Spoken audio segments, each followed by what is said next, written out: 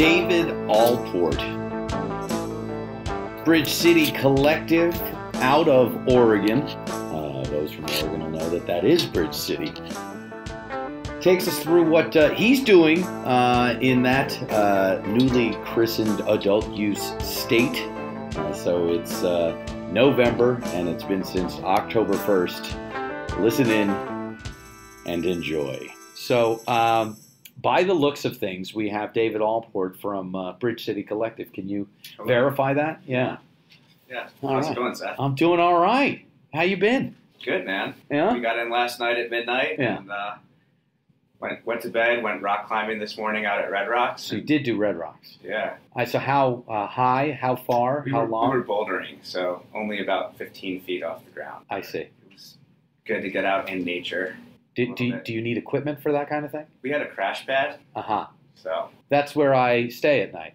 Oh, yeah. No, that's not. I'm from New York City, so you're going to have to help me with the rock climbing lingo. It's just a big pad that you carry around with you and put on the ground in case you fall. It's like a yoga mat. Kind of, but it's thicker. For crashing. Right. Yeah. And then do you need any gloves or anything? No, just chalk and climbing shoes. And, yeah. And you've got all that? Yeah, we brought it with us. And what would you say about the Red Rock climb? Did it deliver? Beautiful out there. Yeah. You really can't even tell that you're in Las Vegas. Sure. As much as I love it here, it's nice to kind of get away a little bit while I'm down here. Yeah. So, okay. And then for how long did you climb? About an hour and a half. Okay. And that means that you're, like, is that a lot of time or is that? Not very much. Okay. But it was enough to get a workout and get the blood flowing. And this is my first conversation about rock climbing. I just realized that. Yeah, ever. So thank you for that. It's amazing that you know that. That this is the first time? You've ever talked about it. Yeah. Oh, yeah. Again, like we are from different parts of the country. You are from Oregon. Right. Which all of a sudden, everybody's talking about Oregon. We just legalized recreational cannabis. We heard, yeah. Yes. October 1st was that day, I think. So we have engaged in the Early Start program where we can sell a limited amount of flower to people 21 and older, which is pretty exciting. We've seen a huge influx in traffic, and that's been good for the stores and just healthy for the overall cannabis economy there. We like that. So Bridge City Collective, how many collectives? How many? There are 2 at the moment. Yeah. Okay. And which one was the original? The one in North Portland. It's on North Williams. It's a thriving business district. It's growing and pretty busy area of Portland. Yeah. So that was kind of the flagship store. That was opened last June of 2014, June 11th. Yeah. And then the second store opened on July 28th of 2014. So not too long after. Yeah, no, okay. So, all right. And so it's been about a year and a half. Right. And to start things, we're pretty good because we were part of a smaller group of places that were licensed. Yeah. But as things moved along, we've got over 300 licensed dispensaries in the state of Oregon right now. And so the market's very saturated, and that number keeps growing. And so when we were all kind of fighting over such a small pool of people, it was difficult for us and for everyone. But now that it's opened up to rec use, it's helped everyone. It's more appropriate. Yeah, and it really is. I mean, let's face it, it should be legal. I mean, the fact that people go to jail for pot is ridiculous. I mean, I meant business-wise. Oh, yeah. But conceptually, I of course I agree with you. Right. Yeah. All right. So you've got the 2 dispensaries in Portland, Oregon, which is basically the shiny new object for the industry. Everybody's excited. Yeah. Well, let's go all the way back. Are you from Oregon? I'm from Chicago originally. It's not the same at all. No. Yeah. Midwest. Okay. I grew up in the suburbs of Chicago. North, south? North Shore. Okay. Do you care about the Cubs? Yeah. This was a pretty exciting year for the Cubs. Yes, it was. Okay. So. And you remember Mark Grace? I do. Okay. And Michael Jordan from the Bulls, of course. I haven't heard of him. Ryan Sandberg is a little bit before you, though? Sandberg was around. Okay. All right. Okay. Yeah. All right. And so then what happened? You grow up, you got this nice suburban thing, you got the Cubs. What? Yeah, I started smoking pot at a pretty early age, in my teens. Oh, wow. And smoked it all through high school. And obviously having had that time, experimenting with it, I knew firsthand that it wasn't a dangerous thing. Yeah. It's a lot of things. Dangerous is not one. Right. And I was on the honor roll in high school, and I was an athlete. And look at that. There you go. Let's talk about that. So the honor roll, like how smart are you and how much did you apply yourself? It was relative, I think, to whatever I was studying. So, okay. Well, in other words, is the intellect off the charts, or did you actually have to apply yourself? Oh, I had to apply myself. Okay, so then that debunks that myth. And then the athletics, what did we do there? Aren't you supposed to be on a couch? I was rock climbing in high school. Okay. And I was skiing competitively as well. Skiing competitively in Illinois? Yeah, in the Midwest and on the East Coast a little bit. Okay. Where in the East Coast? In Pennsylvania, mainly. Sure. Yeah, so. Okay. What kind of mountain? It was called Whitetail, was where I was based out of. Okay. Like a deer. Yeah, like a deer in Mercersburg, Pennsylvania. Wow. Yeah, I don't know what that is at all. Southern Pennsylvania. Got it. Okay, perfect. And so you're skiing and rock climbing where? So I had my first rock climbing experience in Devil's Lake, Wisconsin. Ooh. On a field trip for school. Uh-huh. And later had, delved into it more on the East Coast. Yeah. And then got a job at a local rock gym in Chicago before I graduated high school. Okay. All right. So that's been there for the whole time, even though you're kind of from Chicago. Right. Okay. And so you went to college. Where did you go?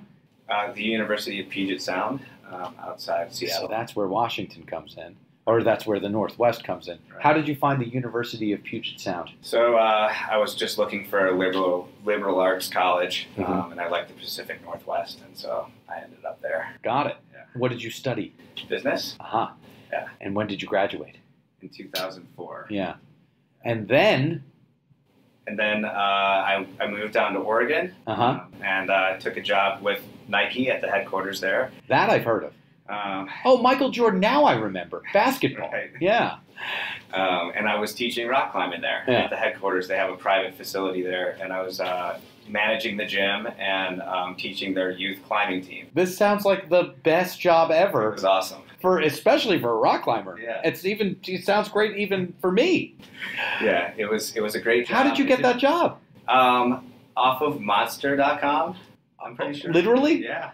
I applied for an opening and from there. Yeah. That's awesome. Yeah. Okay. So I did that for 4 years, and it didn't pay very well. I loved it, but I knew I wanted to do something else. And I had an opportunity to go work on the New York Mercantile Exchange. Oh, sure. So I went out there. But that doesn't sound like the same kind of job. How did that happen? Well, I had majored in business with a focus in finance, and I had a buddy who was working out there and kind of gave me the opportunity to join him. Okay. And so I went out there to trade copper, and I did that from the fall of 2007 through the economy and the Great Recession, the economy crashing. Oh, right. Great Recession. Yes. You were in New York. Yes. Where in New York? I was living in Brooklyn. Uh-huh.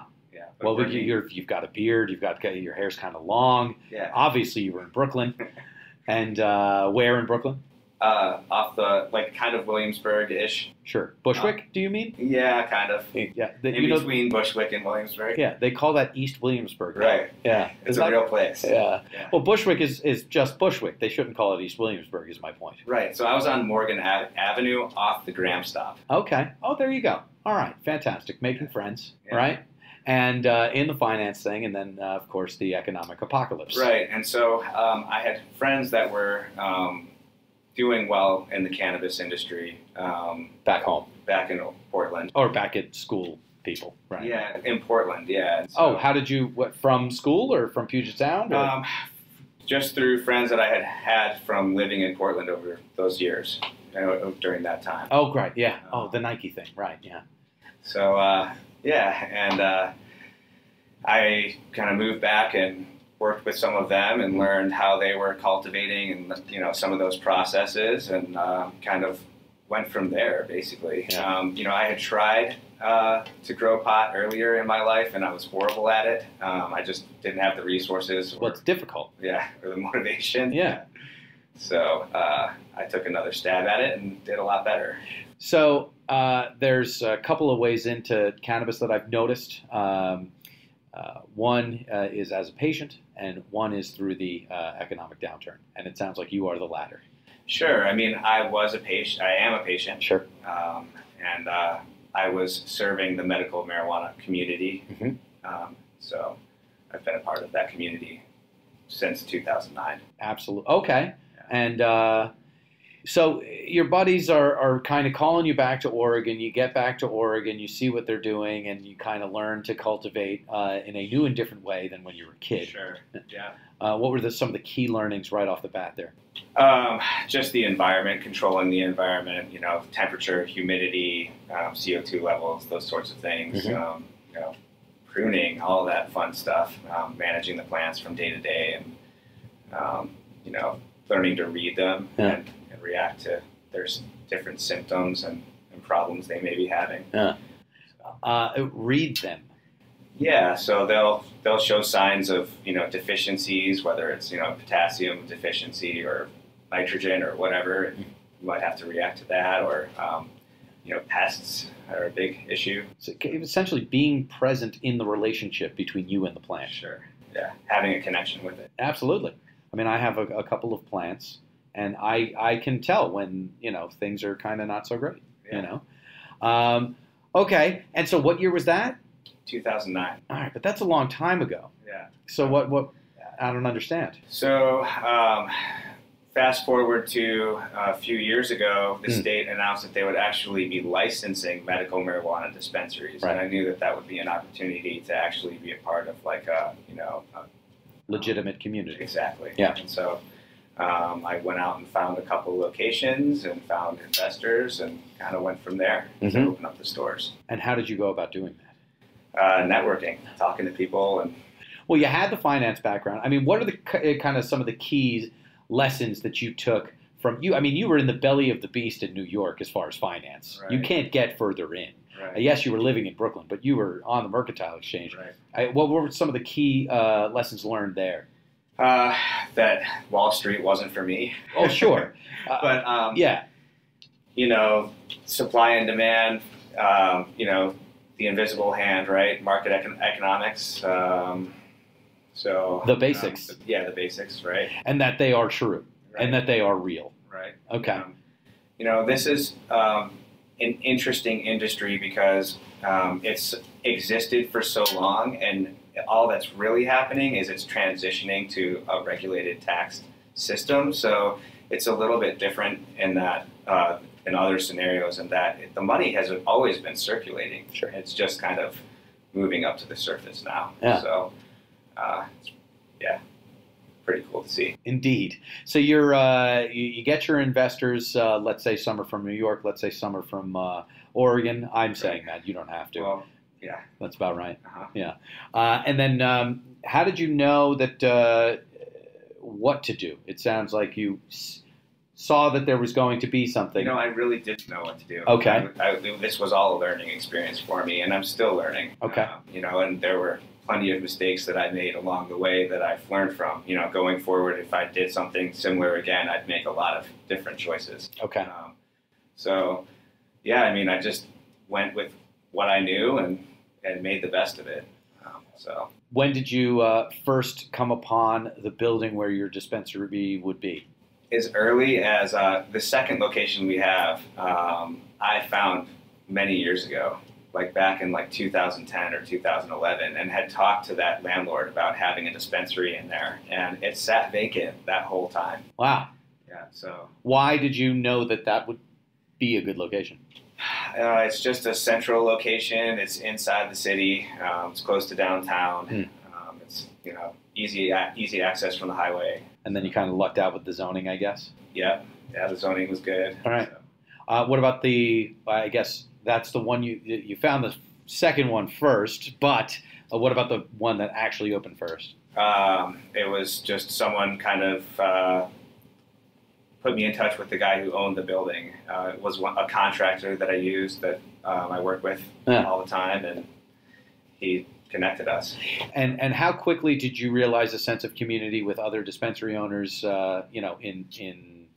in Oregon? I think that's always been there. Mm-hmm. A lot of the people that own the dispensaries now have been in the community for a long time and have known each other before they opened their dispensaries. So it's always been kind of a tight-knit community. Mm-hmm. And it's some of the same players that have always been doing the same kind of thing. I would say a good chunk of them, yeah. Huh. All right, so what day did you open your dispensary? June 11th last year. All right, and did you already say that to me? Yeah. Okay. And when you opened, what was the first thing that became apparent to you? Ooh, that's a tough question. That it wasn't going to be as profitable as everyone thought it was going to be, right? Like on paper, everything penciled out all nicely. Sure. And well, there's a ton of money in cannabis. Everyone's millionaires. Right. And I think that a lot of the mistakes that we made and a lot of people are making is that we're basing our numbers based on the number of card holders. Yes. Patient count. Right? Absolutely. But in Oregon, the way it's set up is if you're a patient, you have a designated grower who grows for you for free. Uh-huh. So that's one element of it. So a lot of the patients didn't need to go to a dispensary. And another element is that people use it for legal protection in their grows. So the more cards that they can have registered at the grow, the more plants they're allowed to grow. Right. And so there were a lot of cards that were issued that weren't necessarily, being used by patients. And there was a limited number of patients anyway. Right. And, so when did it take until adult use? Pretty much. Okay. So then this is all brand new as far as kind of getting going here. One of our locations the first location has been profitable the whole time. Oh, it has. But the margins don't offset how much we've been losing at the other store. Okay. So collectively, if you will, not so much. Right. So October 1st, adult use, and then, how much, I don't want to get into your specifics as far as the business, but how much did it change in terms of, I don't want to say profitability, but just making your life easier? Oh, yeah. There are new challenges now. Yeah, sure. We've doubled our staff and added points of sales and changed our systems and how we deal with our inventory and how we deal with customers inside the store. So there are challenges there. But as far as cash flow, it's nice. Yeah. I mean, it's nice to be able to pay the bills. Indeed. That is the point, or that's one of the things that you have to do in business. Right. I was going to say it's the point. It's not the point. Talk about some of the changes that you made. What was happening, then you realized X, and then you made change Y.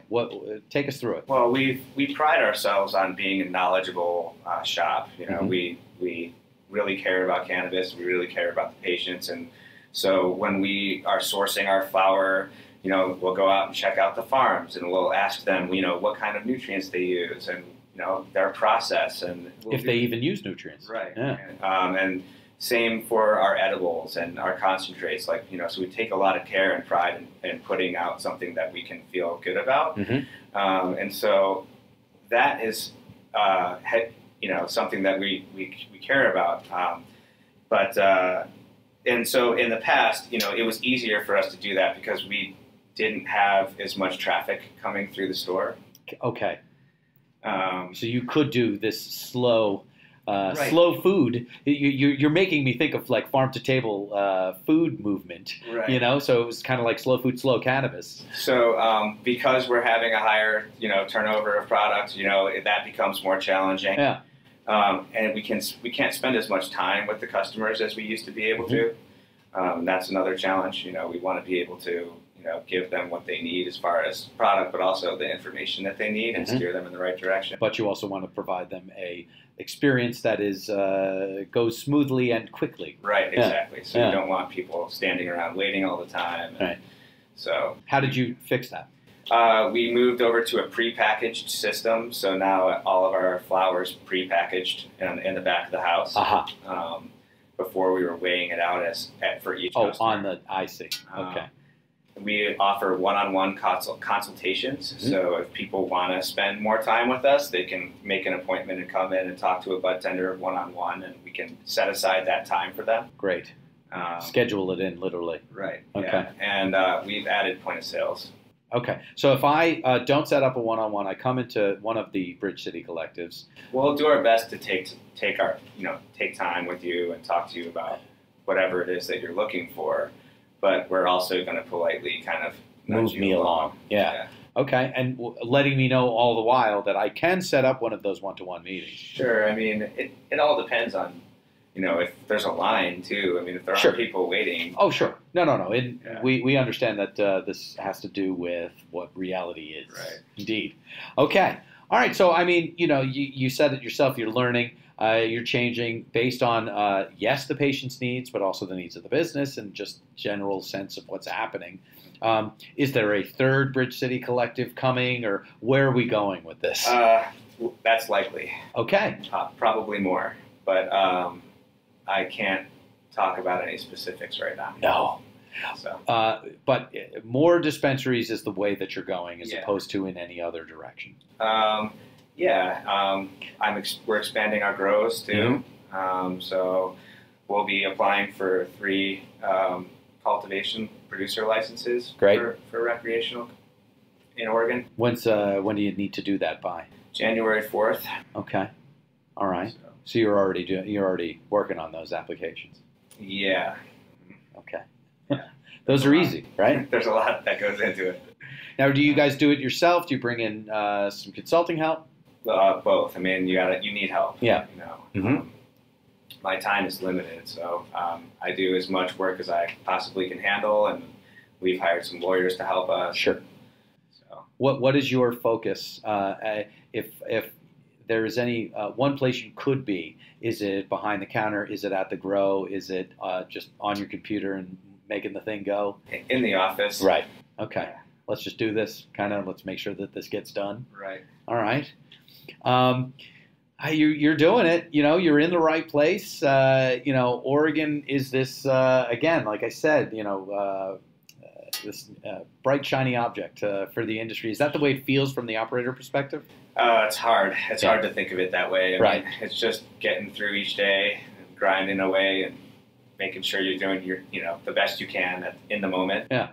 Are you doing what you want to do? Yeah, I love it. Yeah. I can see that on your face. Yeah. All right. So I want to get to our 3 final questions, if you don't mind. All right. And the 3 final questions are, what has most surprised you in cannabis? What has most surprised you in life? And on your soundtrack of life, what is one track or one song that must be on it? So, first things first, what has most surprised you in cannabis, David? The fact that we're seeing legalization happen like in front of our eyes. Yeah. In my lifetime. Yeah. It's just amazing. And what are you, 30 what? I'm 35. Yeah. So you're not even old. And it is amazing, isn't it? It's very cool. Yeah. What about what has most surprised you in life? That there's never a dull moment. That everything always changes, constant, right? Yeah. So, especially in this industry. Right. Yeah. I think that's true. That is a truism, but hyper true in cannabis. All right. So, soundtrack of David's life. I've been listening to Abbey Road a lot lately. Oh my God, yeah. By the Beatles. Yes, of course. So I'd say She Came In Through the Bathroom Window. Yes, she did. I like that song a lot. Oh my God. It's been my soundtrack as of late. Oh yeah. That whole set there, the second awesome. Side, if you will, of that album is, I think, some of the best recorded music in history. It's awesome. Yeah. I'm singing She Came In Through the Bathroom Window to myself right now. So I think we should end this. David, thank you so much for your time. Thanks for having me. So glad, absolutely, so glad that you guys are doing it in Oregon and kind of bringing Oregon onto the map. Cool. Thanks, Seth. All right. There you have David Alport from Bridge City Collective. Good guy, doing good things up in the Pacific Northwest. So run a good operation, and there you have it. Oregon on the map, absolutely, certainly, unequivocally, without question. There should be no thought that Oregon isn't alive.